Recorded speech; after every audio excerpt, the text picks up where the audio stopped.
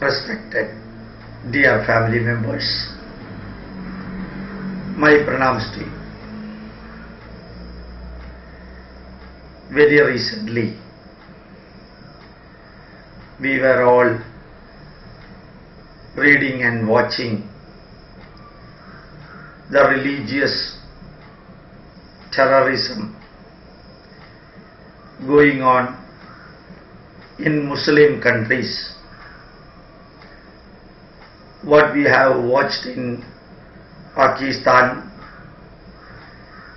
what we are now seeing in the TV in Afghanistan, in Iraq,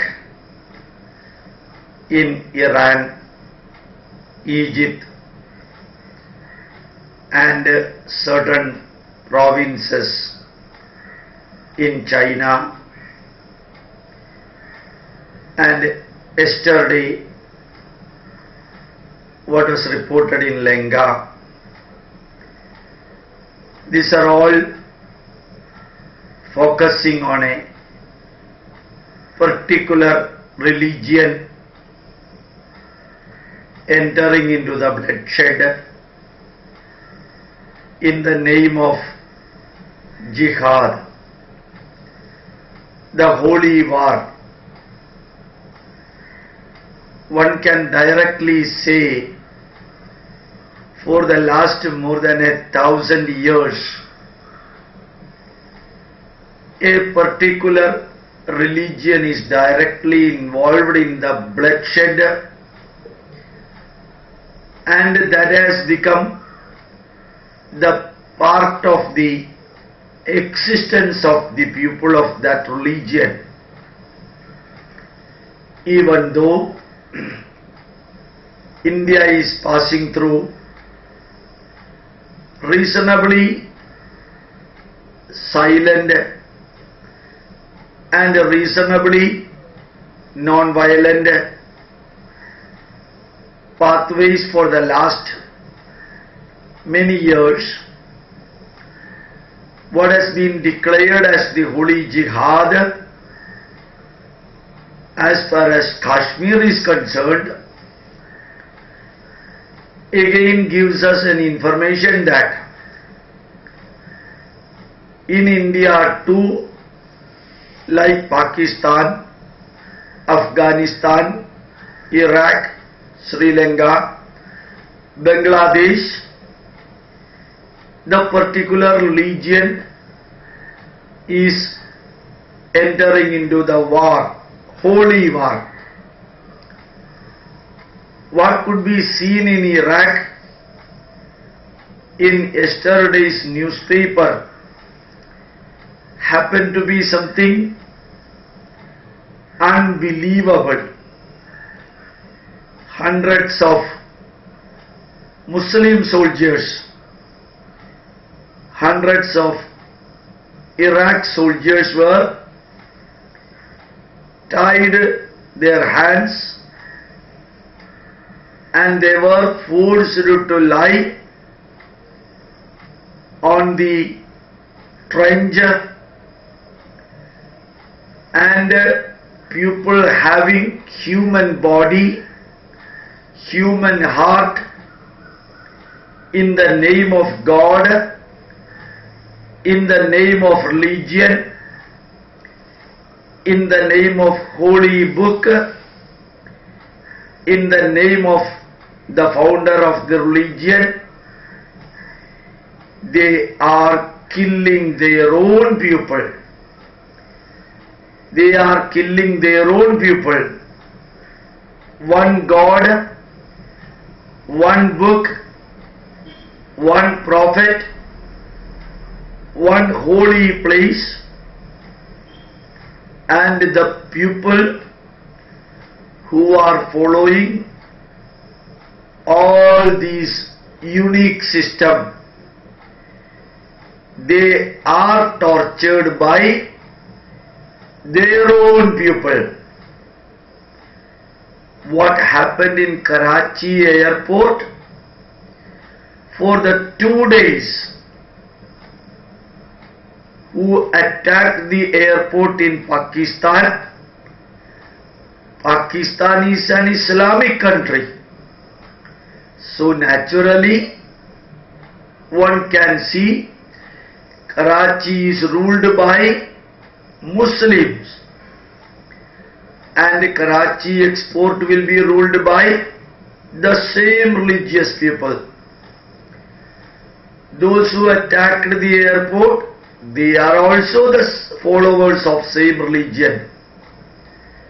And those who got killed, they are also the same religion-based people. And those who were caught by the police, and the police, the rulers, they are all belonging to the same religion.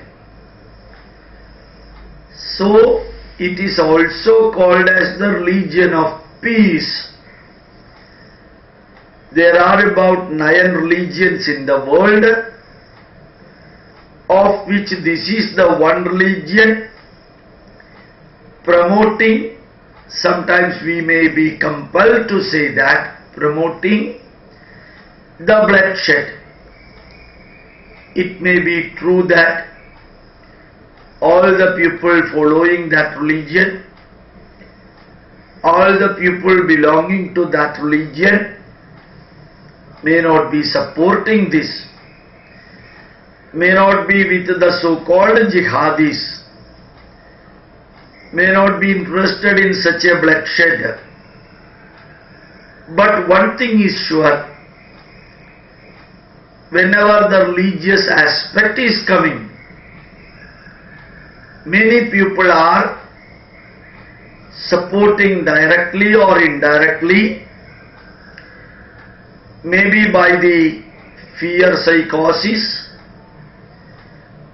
or in the name of God, or in the name of religious book. Right from the day number 1 of the birth of the religion, this bloodshed has become the part of the religion. And one can see after or even the day number 1 of Muhammad Ghazni's invasion, the butchering of the people. During that period, it was killing the Hindus, the idol worshippers, and looting the people, and preventing the customs and rituals of Hindus, and doing all the negatives for the survival, negatives for preventing the survival of people belonging to other religion, particularly Hinduism. Now one can see the conversion is also going on world over towards Islam, and when the number of that particular religion-based people increases, correspondingly the violence also appears to be increased. One can directly see world over, wherever the population of that particular religion is more, there violence is more, silence is less. Those who are becoming the victim of this violence, they are further tortured by other people. That what we are seeing in India. Whatever the Muslims do, they are directly or indirectly protected for vote banks, whereas the sufferers, the Hindus, are being again tarnished by the Hindus of other political party. As a simple example, one can see 3-4 MLAs and MPs were killed in UP. Not even a single party expressed their condolence for this death. Whereas one Muslim boy killed in Pune, all over India, Hindus were even becoming violent in the political parties, not in other groups. So politicians are doing their worst in exploiting and invigorating the so-called minority feeling and motivating them to do the negatives, giving indirectly the support of the political parties in the name of vote banks. Definitely the day has come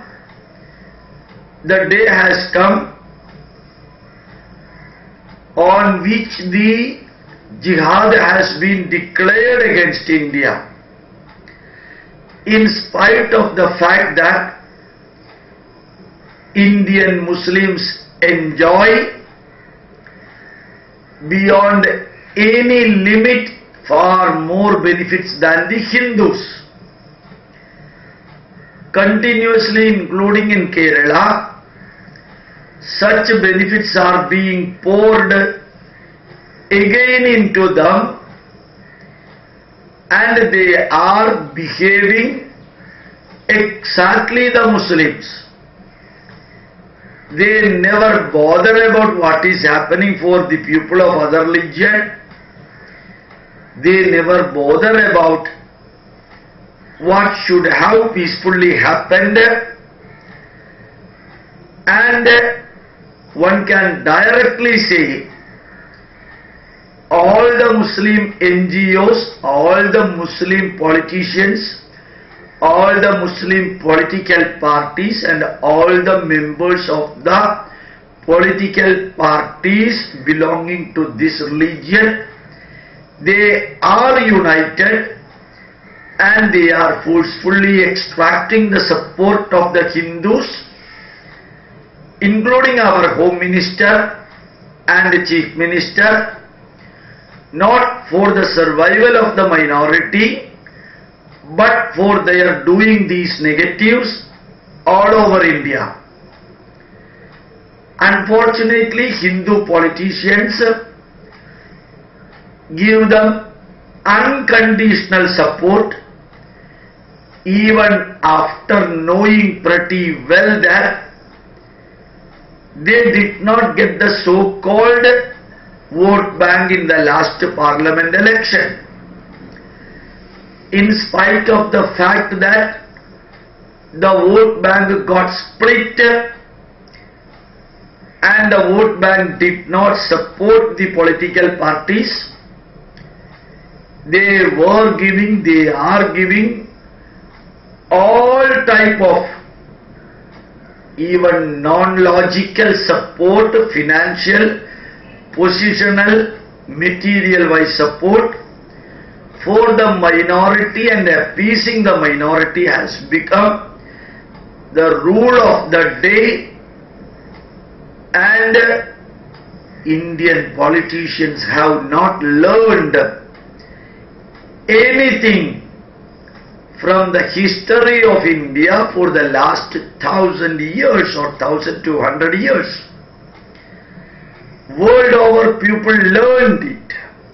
People are learning from what is happening in Iraq, what is happening in Saudi Arabia, Middle East country, in Afghanistan, in Pakistan, in Bangladesh, partial provinces of China, in Lenga, where religious intolerance and massacre by the single religion group is going on unabated. Just think what is happening in Indonesia and Malaysia. In Malaysia and Indonesia, the majority, 90-95 people are Muslims. Religion-wise they are Muslim. Culture-wise they are Hindus. This is what they declare. Religion-wise they are Muslim. Culture-wise they are Hindus. Where such bloodshed one cannot see, nobody can see that. So it is the culture which promotes the so-called violence and terrorism. In this junction, every Indian, all the Hindus, all the Christians and all the Muslims who love India, respect India, who want to see India in the peaceful state,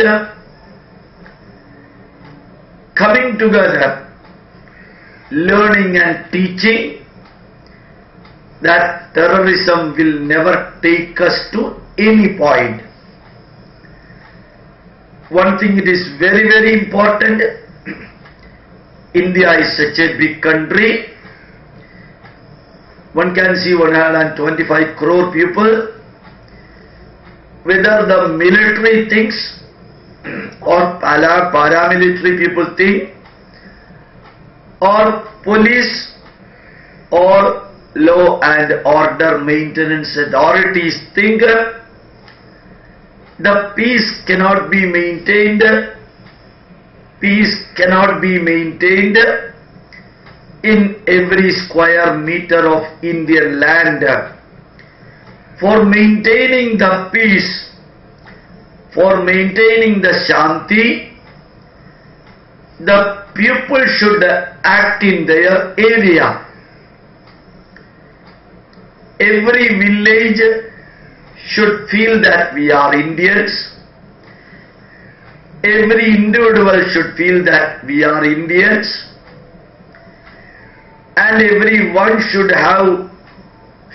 take the responsibility of an Indian to maintain the peace, to maintain the law and order, to do their level best to protect the culture, to protect our people by sharing, caring and curing.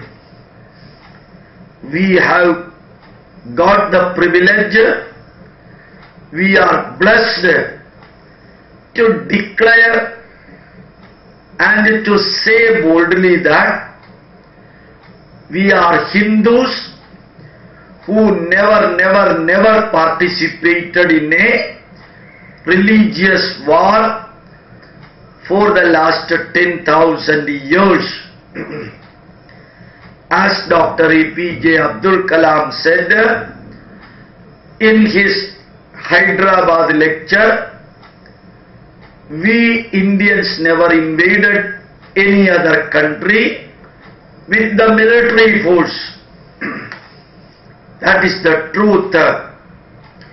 This is not true as far as other Semitic religion is concerned. Dr. APJ Abdul Kalam also said, we never allowed the invaders to go back freely because we had the courage to fight with them and stop them. The second message is more important nowadays because we have to protect our family from conversion and terrorism. We have to protect our village, our district, our state and our motherland, thinking and expecting that everything will be done by the government. Protection will be given by the enforcing authority always. That may not work always, because India is a big country. We have got enough enemies around us. For the last 65 years of a family rule, enough enemies were also created, and creating enemies was done continuously around us.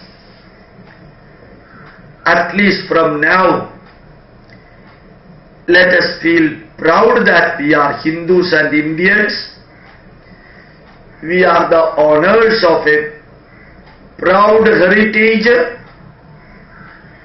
and let us protect our people, 125 crore people, and let us stop and prevent the terrorism from whichsoever corner it is coming. Feel proud about our culture, our heritage, our values, and the messages of the great rishis. Om Shanti, Shanti, Shanti. Individual Shanti, social Shanti, and cosmic Shanti. Adhyatmika Shanti, Adibhautika Shanti, Adidevata Shanti, inside and outside. Only Hindus have prayed for these three Shanti, which we should keep in our mind, in our thoughts, in our action, and automatically it will be reflected in the results and reward of our action. With these words, I would like to express my pranams to you. Thank you very much.